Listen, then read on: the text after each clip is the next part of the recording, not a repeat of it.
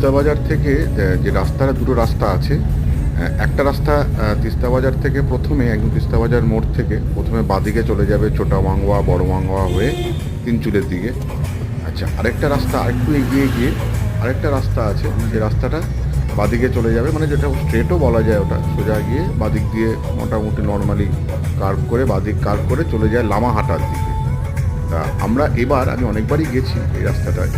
তা এবার আমি যাচ্ছি তিস্তা বাজার থেকে তিনচুলে যাচ্ছি, আপনার ওই ছোটা মাঙ্গুয়া বড় মাঙ্গুয়ার জায়গাটায়। এই প্রথম তিস্তা বাজার থেকে দুটো রাস্তারই, মানে ধরুন আপনি ইয়ের দিকে যাচ্ছেন, কি বলে, লামাহাটার দিকে যাচ্ছেন, অথবা এই ছোটা মাঙ্গুয়া বা বড় মাঙ্গুয়ার দিকে যাচ্ছেন, দুটো জায়গায় যাওয়ার সময় প্রথম দিকের যে চড়াইটা বেশ চড়াই, কিন্তু বেশ চড়াই। আর যারা ভাবেন যে অনেক বড় গাড়ি হলে বা বেশি গেলে, যত কম সিসির গাড়ি হয়, আমার মতে, আমার ব্যক্তিগত অভিজ্ঞতা থেকে, আমি ইনোভা নিয়ে গেছি, কোয়ালিস নিয়ে গেছি পাহাড়ে, আমি এখন ইটিওস নিয়েও যাই, আমি অল্টো নিয়েও গেছি পাহাড়ে। আমি দেখেছি যত কম সিসির গাড়ি পেয়েছি আমি, আমার চালাতে কিন্তু সবচেয়ে বেশি সুবিধা হয়েছে, বিশেষ করে এই চড়াইগুলোতে উঠতে।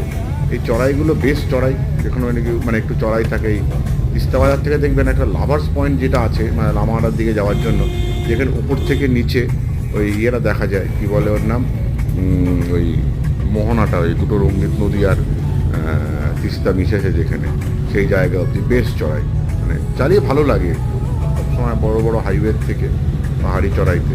ধন্যবাদ।